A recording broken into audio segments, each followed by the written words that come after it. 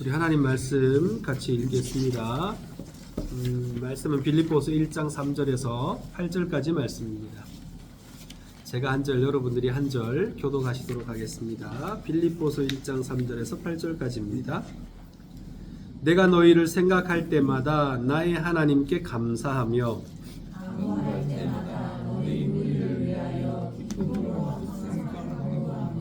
너희가 첫날부터 이제까지 복음을 위한 일에 참여하고 있기 때문이라.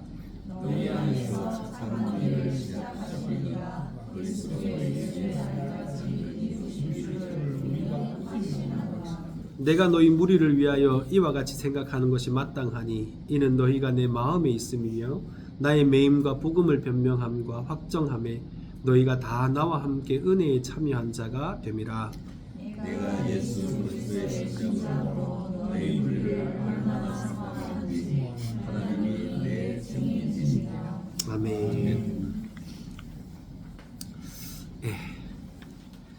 이제 우리 교회가 이 자리에서 이제 예배를 시작하고 1년이 막 지났습니다. 참 모든 것이 다 하나님의 은혜입니다. 그래서 이 시간 우리 하나님께 박수로 영광을 좀 돌려드렸습니다. 그리고 여러분들도 정말 수고하셨습니다. 참 부족한 목사를 이렇게 늘 설교하도록 세워놓고 여러분들이 다 뒤치다거리 하시느라고 참 많이 쓰셨습니다. 여러분의 희생과 노력이 아니었다면, 또 헌신이 아니었다면 참 이 자리까지 오는 게 불가능한 일이었다고 저는 생각합니다. 그래서 정말 감사합니다. 그리고 우리 옆에 계신 옆에 계신 분들, 앞에 계신 분들에게 서로 감사 인사를 좀 나눴으면 좋겠습니다. 수고하셨습니다. 감사합니다.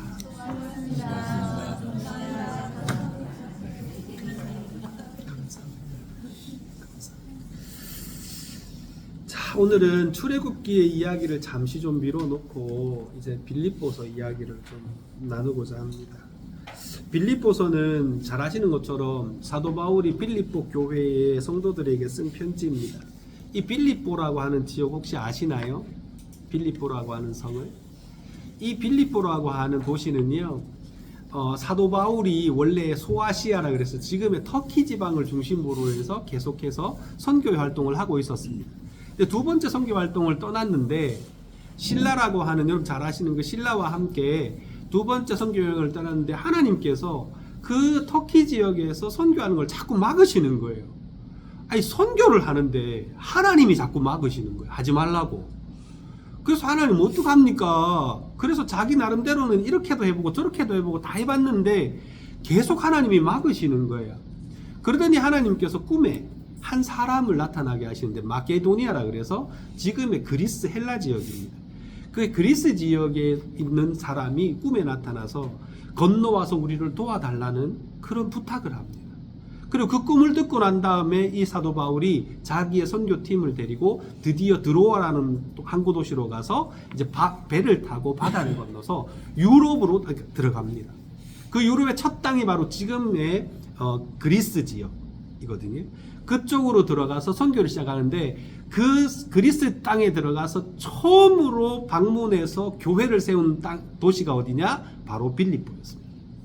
그러니까 빌립보는 유럽에 바울이 최초로 선교했던 도시입니다. 물론 그 이전에도 복음은 로마로도 들어가고 뭐 여러 흩어진 그리스도인들이 많았기 때문에 흩어진 그리스도인들이 어느 정도는 뭐 복음을 전했을 수도 있습니다. 그러나 어찌됐건 바울의 입장에서 보면 자기가 최초로 유럽에 가서 선교한 그런 성이었습니다. 여러분 여기에서는 되게 유명한 일들이 있었습니다. 빌립보에 도착한 이 사도 바울은 자주장사라고 하는 아주 옛날 그 고급 귀족들만 입는 옷이 있거든요. 그 튜닉이라고 하는 옷인데 그 옷의 색깔이 자주색이면 아주 고위층이에요. 근데 그 자주색 옷감을 파는 여인이 있었습니다. 그 여인의 이름이 루디아라는, 그래서 요즘 여전도회 이름 중에 루디아 전도회라는 데가 꽤 있죠, 그죠? 그 루디아라고 하는 여인이 그 복음을 전하는 사도 바울을 자기 집에 초대해서 먹고 자게 하면서 이제 복음을 전할 수 있게 해주거든요.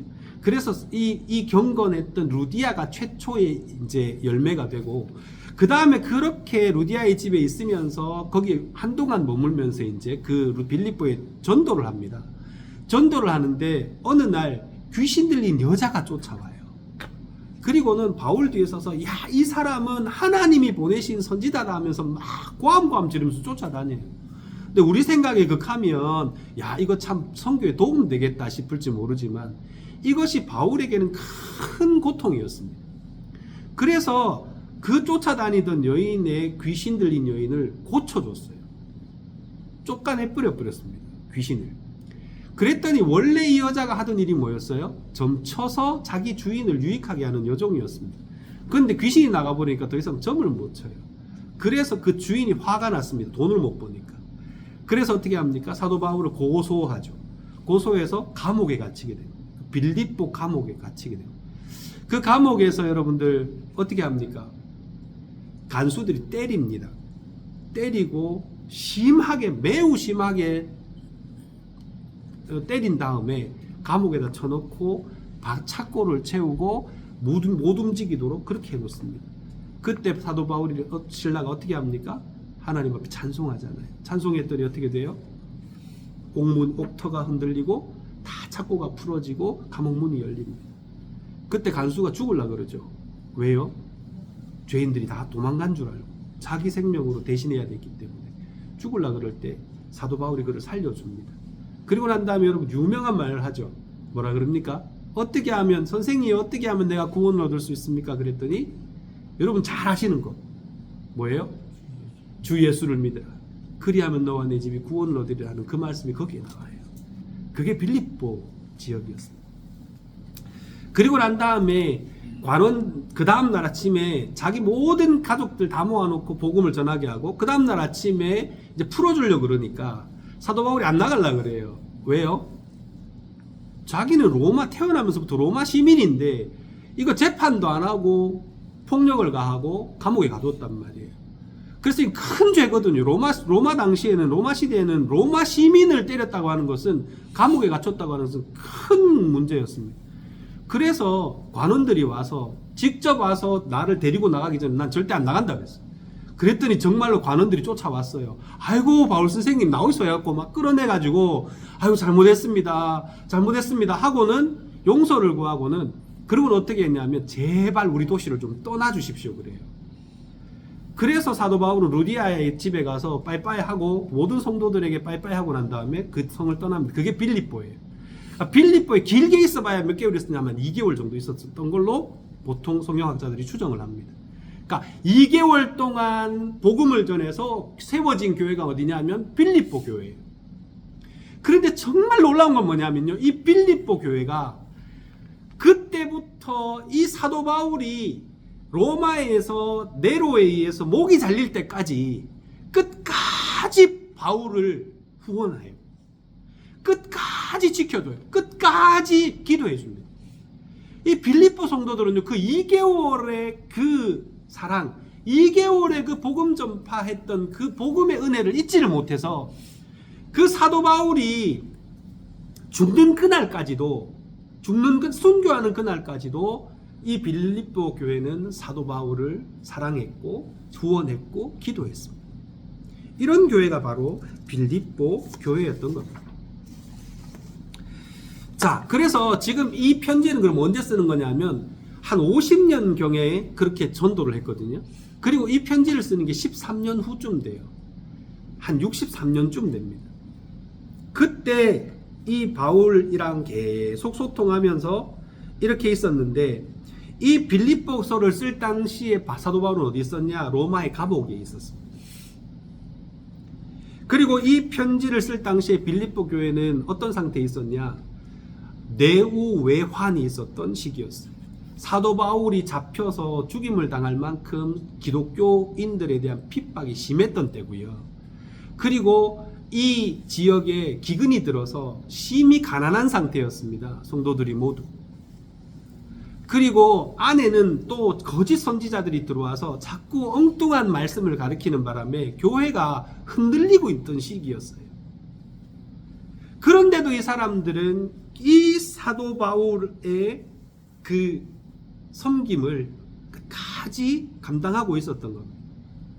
그래서 때가 이러했기 때문에 사도 바울이 빌립보 교회에 쓴 이 편지 속에는 보면 두 가지가 나와요. 하나는 항상 기뻐하라, 주 안에서 기뻐하라, 그렇게 나오고요. 또 하나의 본문이 뭐냐면 하나 되기를 힘써라, 흔들리지 마라, 주 안에서 하나 되기를 힘써라. 이게 두 가지가 이 빌립보의 가장 중요한 메시지입니다. 자, 그리고 그런 이 빌립보서에 가장 많이 나오는 단어가 앞에 나온 것처럼 기뻐하라는 단어입니다. 이 짧은 편지에 16번이나 등장을 하거든요. 사실 이 편지를 쓰고 있던 바울이나 이 편지를 읽고 있던 이 빌립보 교회 성도들이나 사실 기쁨을 노랄 만큼 그렇게 한가하지 않았어요.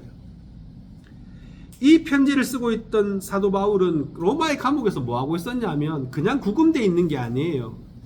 이제 좀 있으면 그 앞에, 황제 앞에 서서 죽음이냐 생과 사이의 갈림길에 놓여 있었습니다. 여러분 잘 아시죠?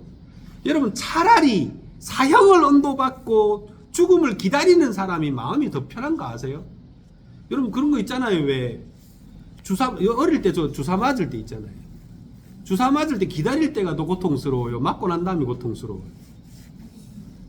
맞기 전이 훨씬 고통스럽잖아요. 그럼 마음에 여유가 있어요? 없어요. 딴 생각 아무것도 안 들어요. 저 맞으면 죽겠다 싶은 생각밖에 안 들지. 그죠? 근데 맞고 나면 아무것도 아니잖아요. 그런 것처럼 여러분들 재판을 앞두고 있는 상황이잖아요. 아무도 뭐 변론해줄 사람이 없어요. 이 사도 바울의 그 재판을 기다리고 있는 이런 상황 속에 아무런 여러분 기쁨의 이유가 없었음에도 불구하고 그는 기뻐하라라고 얘기합니다. 그리고 여러분들 이 편지보다 조금 앞선 시기에 쓰여 있는 편지가 뭐냐면 고린도 후서예요. 거기에 보면 당시 빌립보 교회는 많은 시련과 가난, 극한의 가난 가운데 있었습니다. 그래서 기뻐하라고 말하기가 되게 힘든 상황이었어요. 여러분 생각해 보세요. 여러분 몸이 아프고 여러분이 당장 지금 내일 수술을 앞두고 있는데 목사님이 와가 기뻐하이소. 수술을 받게 된 게 얼마나 좋습니까? 기뻐하이소. 그 다 하나님 뜻입니다. 이렇게 얘기하면 기분 좋겠습니까? 붙들어 놓고 아이고 집사님 제가 기도 열심히 해서 수술 잘 되게 기도해 드릴게요. 이렇게 해야 맞잖아요. 그런데 그런 상황 속에서 사도 바울은 그 고난을 당하고 시련을 당하고 있는 그 사람들에게 뭐라 그럽니까? 기뻐하라. 이게 가랑키는 한 말입니다. 그럼에도 불구하고 기뻐하라고 말씀하고 있습니다. 현실이 괴롭고 힘들어도 주 안에서 기쁨을 누릴 수 있는 거, 이게 사실은요 진짜 기독교인입니다. 진짜 하나님 안에 있는 사람이 그런 사람입니다. 현실은 비록 어렵습니다. 내가 지금 맞닥뜨리고 있는 현실은요 몸이 아프기도 하고 때로는 사업이 힘들어지기도 하고 먹고 살기가 힘들기도 하고요. 여러분들 실제로 우리가 살아가면서 참 어려움들 많이 겪습니다. 그런데 그 가운데서도 기쁨을 잃지 않을 수 있다는 것이 진짜 예수 안에 있는 사람이 누리는 특권이에요. 왜요? 그 모든 것이 다 우리 주님 손에 있기 때문이에요. 그리고 우리도 그 주님 안에 있기 때문이에요. 그렇기 때문에 어떠한 상황이 닥쳐와도 그 기쁨, 세상이 빼앗을 수 없는 기쁨을 우리는 누릴 수 있는 겁니다. 여러분 주 안에서 기쁨을 누리는 교회, 저는 이런 교회가 참 복된 교회, 좋은 교회라고 생각합니다. 물론 교회가 크고 화려하고 재정적으로 여유도 많고, 예, 그죠? 목사님도 잘생기고 훌륭하고, 예? 그럼 얼마나 좋겠어요? 좋지요. 좋습니다. 그런데 여러분 목사가 못생겼다고 슬퍼하고, 교회에 좀 재정 없다고 슬퍼하고, 여러분 교회에 사람들이 좀 모자란다고 슬퍼하고, 그래서 늘 여러분들 막 패배자처럼 이러고 다니면 그게 정말로 여러분 주 안에 있는 사람들의 모습입니까? 전 아니라고 생각해요. 주님 안에 있으면, 우리가 예수 안에 있으면 우리가 주님 주시는 그 기쁨을 상황이 어떠하든지 간에 전 누릴 수 있는 축복이 이미 우리에게 있다고 생각합니다. 여러분 우리가 그런 교회를 만들어 갑시다.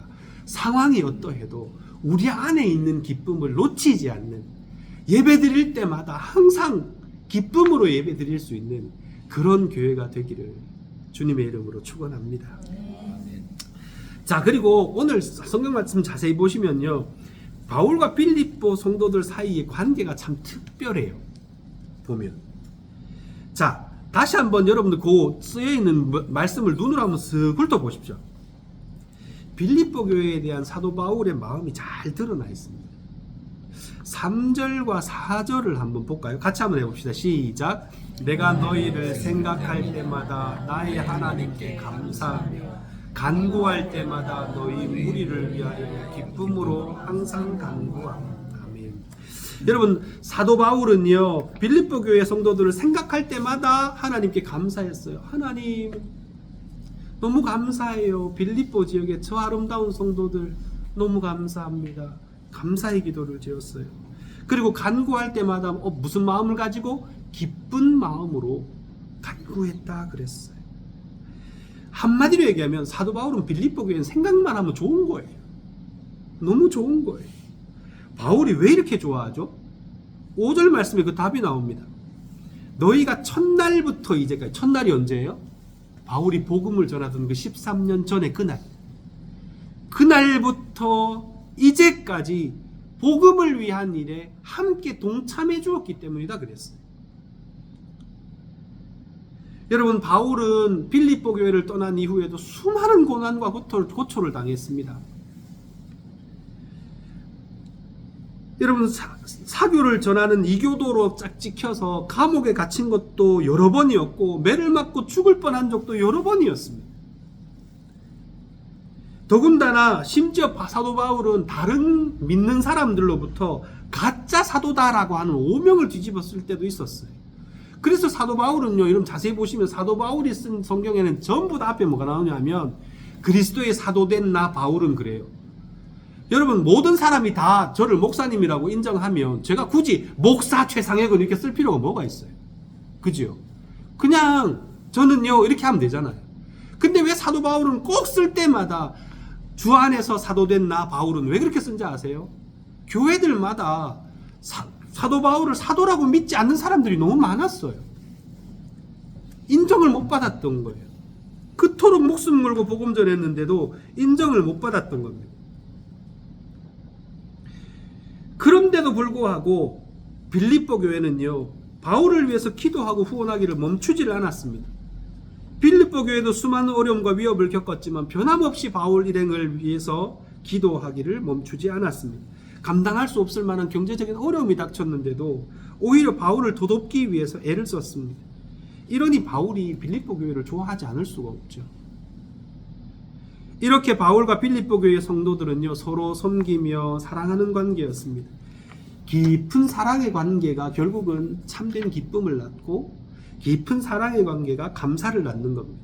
그리고 서로를 위하여서 기도를 하더라도 더 깊이 있는 기도를 하게 되는 거죠. 뭐 하면? 서로 사랑하면. 여러분, 목회자와 성도들 사이의 관계가 이런 관계여야 합니다. 저도 여러분 생각하면요, 기분이가 좋아져요. 정말입니다. 이건 전 진짜 그래요. 누구든지 떠올리면 감사하고, 누구든지 떠올리면 너무 기분이 좋아요. 저절로 찬송이 나오고 저절로 기도가 나와요. 저 여러분 한 사람 한 사람이 다 그래요, 저한테는. 그리고 여러분들도 저를 생각하면 그랬으면 좋겠어요. 좀 머리 빠지고 좀 힘도 좀 백이 그게 좋은 외모는 아니지만 떠올리면, 아이고 그래 우리 목사님 그래도 이렇게 해주셨으면 참 감사하겠다는 생각이 들어요. 그런 사랑을 받을 자격은 없지만. 그리고 여러분, 성도들 사이에도 그래야 합니다. 성도들 사이도 그래야 돼요. 예를 들어서 우리 잘 알잖아요. 우리 윤미선 선생님만 생각하면 싱긋이 웃게 되잖아요. 그죠? 너무 행복해요. 그냥 생각만 해도, 안 봐도 생각만 해도 행복하잖아요. 그러니까 이런 서로 진짜 생각만 해도 행복한 사이가 되었으면 좋겠습니다. 그리고 무엇보다도 여러분, 목사와 성도의 관계보다 훨씬 더 중요한 게 뭡니까? 하나님과 우리와의 관계죠. 하나님과 우리와의 관계가 이런 진한 사랑의 관계가 돼야 돼요. 하나님은 그렇게 우리를 사랑해 주셨습니다. 그러면 누구한테 달린 거예요? 우리한테 달린 거예요. 우리가 하나님을 그렇게 진하게 사랑할 수 있어요. 여러분, 이런 교회가 진짜 좋은 교회 아니겠습니까? 그죠? 이런 좋은 교회가 되기를 원합니다. 자, 그 다음에 6절 한번 읽어볼까요? 6절. 너희 안에서 착한 일을 시작하신 이가 그리스도 예수의 날까지 이루실 줄을 우리는 확신하노라. 이 말씀에 나오는 이 착한 일 또는 선한 일, 여러분, 일이라고 하면 어떤 겁니까? 주로 우리가 하는 거잖아요. 그죠? 일이라고 하면. 근데 오늘 보면 뭐라고 나와 있습니까? 바울은 그렇게 우리가 하는 거라고 얘기 안 하잖아요. 누가 하는 거라 그래요? 하나님이 시작하셨다 그래요. 시작을 하나님이 하신 거예요. 그리고 우리가 이루어 갑니까? 아니에요. 누가 이루십니까? 하나님이 이루어 가십니다. 선한 일은 시작도 하나님이요, 진행도 하나님이요, 이루시는 분도 하나님이신 줄 여러분 믿으시기를 바랍니다. 하나님이 시작하셔야 우리도 시작하는 거고요, 하나님이 이루셔야 우리도 그 열매를 누리는 겁니다. 모든 것이 하나님의 손에 달려 있습니다. 여러분, 그리고 이 선한 이 일이라고 하는 것은요, 1차적으로는 무조건 복음을 전하는 일이었어요. 그죠? 이 본문 속에 나오는. 그러나 그 이상의 또 의미도 가지고 있죠. 복음을 전하려면 어떻게 해야 돼요? 여러분 생각해 봅시다. 제가 어젯밤에 소주를 한 3병쯤 먹고 아침에 일어났는데 입에서 술 냄새 풀풀 풍겨 와갖고 복음을 전한다 칩시다. 여러분, 그 복음이 여러분 귀에 들어가겠어요, 안 들어가겠어요? 복음을 전한다고 하는 것은요, 우리의 선한 행실까지도 포함하는 겁니다. 단순히 복음을 막 전한다고 다 전하는 게 아니에요. 여러분들 제 신대원 다닐 때 이 앞에 뭡니까? 예수 천당 뒤에다가 불신 지옥 이래가지고 빨간 글씨로 붙이고 다니는 전도사님 한 분이 계셨습니다. 그분 주말 되면 서울역 가면 만날 수 있었어요. 깃발 들고 다니면서 예수 천당 불신 지옥, 덩치 이만한 사람. 사람들이 그분의 복음 전도를 듣고 여러분 어떻게 되었을 것 같아요? 많이 믿었을까요? 물론 믿는 분들이 있었겠죠. 저도 그분을 하나님 쓰실 거라는 생각은 해요. 그러나 저조차도요, 그분을 피하게 돼요. 보면 아이고야, 알아볼까봐 겁나고. 네? 여러분, 우리가 복음을 전한다고 하는 것은요, 단순히 그냥 외침만으로 할 수 있는 게 아니에요. 외침만으로 했다면요, 여러분들 이 땅에 5천만 우리 민족이요 다 예수 믿어야죠. 그런데 왜 여러분들 복음이 전달이 안 돼요? 복음을 전하는데도 믿지 않는 사람들이 이유를 들어보세요. 뭐라 합니까? 예수 믿는 것들 꼴보기 싫어서 뭐 안 믿는다 한 사람 부지기수잖아요. 그지 않나요? 제 친구 중에도요, 제가 새벽 2시까지 붙들고 얘야 예수 믿어야 된다, 내가 대학 다니면서요, 그렇게 제가 그 친구 아직도 그렇게 친하게 지내지만 정말 예수 믿어야 된다고 제가 눈물로 꿇어안고 그 친구를 그렇게 설득했던 적이 있어요. 근데 복음이 안 들어가요. 왜 그럴까요? 물론 하나님이 택하시지 않았고 하나님이 뜻한 때가 아니기 때문일 수도 있습니다. 그러나 표면적인 이유가 뭐냐? 자기 집에 넷째 누나가 전도사님이랑 결혼했는데 개차반이에요. 그 인간 보면 도저히 예수를 못 믿겠대. 제가 가슴이 얼마나 아팠는지 아세요? 그 친구 너무 좋아하는 친구, 지금도 너무 좋아하는 친구예요. 근데 예수를 안 믿어. 왜요? 그 사람 때문에. 가슴이 아파요. 가슴이 아파. 내가 정말로 붙들고 제가 진짜 무릎 꿇고 울기까지 했어요. 근데 안 믿어요. 여러분, 복음을 전한다고 하는 것은요, 단순히 그냥 우리가 막 그냥 복음을 막 외친다고 되는 게 아니에요. 복음을 믿는 사람이 하나님 안에서 선하고 착한 일들을 감당해야 합니다. 그것까지 포함해. 근데 그거는 우리 힘으로 할 수 있어요, 없어요? 없습니다. 저도 여러분 사람인지라 그 친구 앞에서 실수도 많이 하고요, 그 친구한테 가끔씩 그 친구 마음에 안 들 때도 있어요. 어쩔 수 없잖아요. 저도 사람인데 때로는 삐지기도 하고 때로는 싸우기도 하고 그렇습니다. 여러분, 우리 안에 선한 일을 내 힘으로 하려고 하면 감당이 안 돼요. 그럼 어떻게 해야 돼요? 오늘 말씀에 답이 나오잖아요. 하나님이 시작하시는 거예요. 하나님이 이루어 가시는 거예요. 우리는 뭐 하면 돼요? 하나님께 맡겨드리면 돼요. 하나님을 의지하면 돼요. 하나님을 붙들면 돼요. 그러면 우리의 이 부족하고 연약한 육신을 가지고 하나님이 사용하실 겁니다. 사람이 하는 일은요, 성공보다 실패가 많습니다. 여러분, 김연아 아시잖아요. 세계를 놀라게 했던 그 김연아 아시잖아요. 점프 그거 3바퀴 공중에서 도는 거, 그거 한번 하려고 몇 번을 자빠진지 아십니까? 수십만 번을 자빠집니다. 그죠? 그리고는 그 트리플 악셀을 한번 했습니다. 세계가 놀랐어요. 우와, 뭐 저런 스케이터가 다 있냐고 막 온 전 세계 사람들이 칭찬을 했어요. 그런데 여러분, 한 번 제대로 뛰었다고 그 다음에도 제대로 뛸 수 있습니까?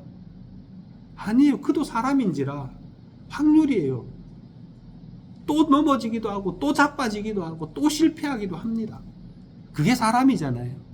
우리도 마찬가지 아니겠어요? 선하게 살려고 노력을 해요. 착하게 살려고 노력을 해요. 실패가 더 많습니다. 그러나 여러분, 이렇게 여러분, 우리가 그럼에도 불구하고 하나님 뜻대로 살 수 있는 것은 뭐 때문입니까? 하나님이 전능하시고 하나님이 신실하시기 때문에. 우리의 능력에 달려있는 게 아니에요. 하나님이 전능하시고 하나님이 신실하시기 때문에 넘어져도 일어설 수 있고 실패해도 다시 일어설 수 있는 것이 그 때문인 겁니다. 그게 믿음이에요. 여러분, 하나님의 약속은 변치 않습니다. 하나님의 뜻은 반드시 이루어집니다. 우린 이걸 놓치지 말아야 돼요. 그렇기 때문에 여러분들, 하나님께서 시작하신 일은 하나님께서 반드시 이루실 겁니다. 그래서 성도는 어떤 상황 속에서도요, 기뻐할 수 있는 겁니다. 자, 이제 마지막으로 8절 한번 읽어볼까요? 자, 8절 같이 읽어봅니다. 시작. 내가 예수 그리스도의 심장으로 너희 무리를 얼마나 사모하는지 하나님이 내 증인이시니라. 아멘. 여기에 나오는 심장이라고 하는 것들요, 헬라어로 보면 그게 내장으로 나와 있어요.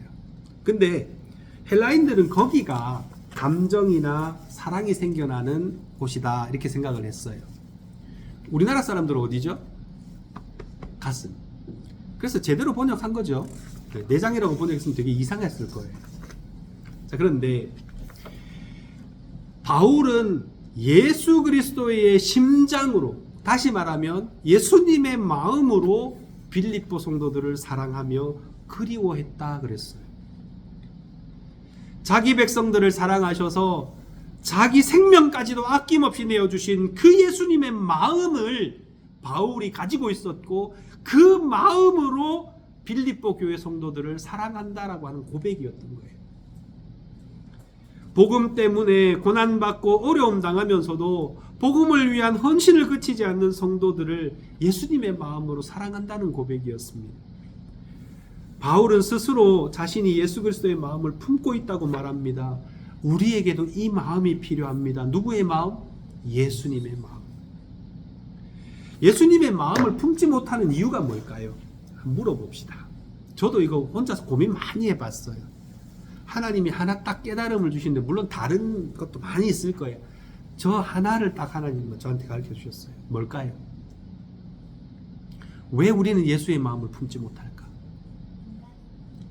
물론 인간이니까 맞아요. 맞습니다.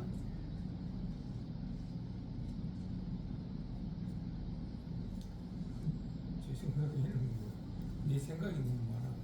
그렇죠? 우리 생각이 너무 많아요. 그걸 다시 조금 유식하게 표현하면요, 아집이에요. 아집. 나 자신에 대한 집착. 내 속에 내가 중심인 거예요. 그래서 예수님의 마음을 품기가 힘들어요. 사도 바울이 뭐라 그럽니까? 나는 날마다 죽노라. 나는 죽고 내 안에 사는 것은 누구다? 예수다. 이렇게 얘기해요. 죽지 않으면, 비워내지 않으면, 집착을 여러분 비워내지 않으면 예수의 마음을 품기가 힘들어요. 여러분, 아집이 뭡니까? 나 자신에 대한 집착이에요. 여러분, 아집을 가지고 있으면 예수님의 마음을 품을 수가 없습니다. 언제나 나 자신이 삶의 중심이 되어 생각하고 말하고 행동하게 됩니다. 그래서 지극히 우리는 이기적인 사람이 되는 거죠. 이기적인 사람은요, 예수님을 알지 못합니다. 왜요? 예수님은 지극히 이타적이신 분이기 때문이에요. 이기적인 사람은요, 예수님의 마음을 이해하지 못합니다. 그러므로 우리는 아집을 버려야 돼요. 우리 자신을 버리고 성령님께 우리 자신을 맡겨야 합니다. 그렇게 되면 그제서야 우리는 예수님의 마음을 이해하기 시작해요. 그리고 예수님과의 참된 사귐이 거기서 시작이 됩니다. 그리고 그 성령님께서 인도하시는 대로 내가 순종하다 보면 예수님의 마음을 서서히 이해하기 시작하게 됩니다. 예수님의 사랑을 알게 되고, 예수님의 아픔을 알게 되고, 예수님의 열정을 알게 됩니다. 아, 예수님께서 병자들을 보실 때 이런 마음이셨구나. 죄인들이 회개하고 돌아오는 것을 보실 때 마음이 이랬구나. 아, 예수님께서 자기 자녀들이 고통당하는 것을 보실 때 마음이 이렇게 아프셨구나. 이런 것들이 우리가 우리 자신을 버리고 예수님의 영이신 성령을 우리의 마음속에 받아들이고 그분께 내 마음을 내어드릴 때 그때서야 느끼게 되는 거예요. 여러분, 우리 모두가 바로 이 예수님의 마음을 품는 성도들이 되었으면 좋겠습니다. 이것이 우리가, 여러분들 교회를 뭐라 그러지요? 여러분 혹시 아시나요? 교회를 뭐라 합니까? 예수님의 몸이다 그러잖아요.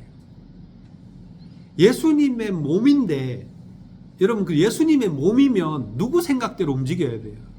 예수님 생각대로 움직여야 돼요. 여러분 생각해 보세요. 제 몸인데 제 마음대로 안 돼요. 에? 나는 눈을 뜨고 싶은데 야가 지 마음대로 감아. 에?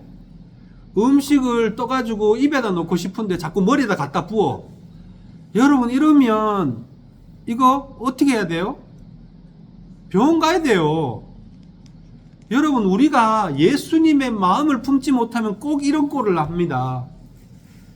머리가 예수님이시고 예수님이 말씀하시고 예수님 명령하시는데 꼭 밥숟가락 들고 이러는 사람, 눈뜨락 하는데 까문 사람, 일로 가라 하는데 절로 가고 이거 하라는데 저거 하고.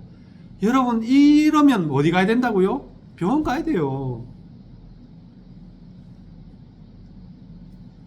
우리 교회는요 진짜로 예수님의 마음이 통치하는 교회가 되기를 원합니다. 그거는 저도 마찬가지잖아요. 저는 그냥 하나님 쓰시는 이거 입이잖아요. 그냥 입. 뭐 제가 뭐 대단한가요? 아니에요. 그냥 하나님 쓰시는 입이에요. 그냥 입. 닥쳐 하면 가만히 있어야 돼요. 떠들다가 혼나요. 우리 모두는 그런 하나님의 뜻에 합한 사람들이 되어야 됩니다. 그래서 예수의 마음을 품는 게 중요한 거예요. 우리 교회는요 예수님의 마음을 품읍시다. 꿈을 꿔도요 예수님의 꿈을 꿉시다. 내 꿈 말고, 우리가 마음대로 꾸는 꿈 말고 예수님이 꾸시는 꿈을 우리가 꿔야 돼요. 그래야 우리 교회가 진짜 아름다운 교회가 되는 거예요. 여러분 이제 마무리하겠습니다. 세상에요 좋지 않은 교회도 가끔 있지만 좋은 교회들이 참 많습니다. 세상 사람들이 그렇게 욕을 많이 해도요 사실 교회 가보면 좋은 교회들이 많이 있어요. 우리 교회도 저는 좋은 교회가 되었으면 좋겠습니다. 하나님 보시기에 좋은 교회, 사람들 보기에도 좋은 교회, 그런 교회가 되었으면 좋겠습니다.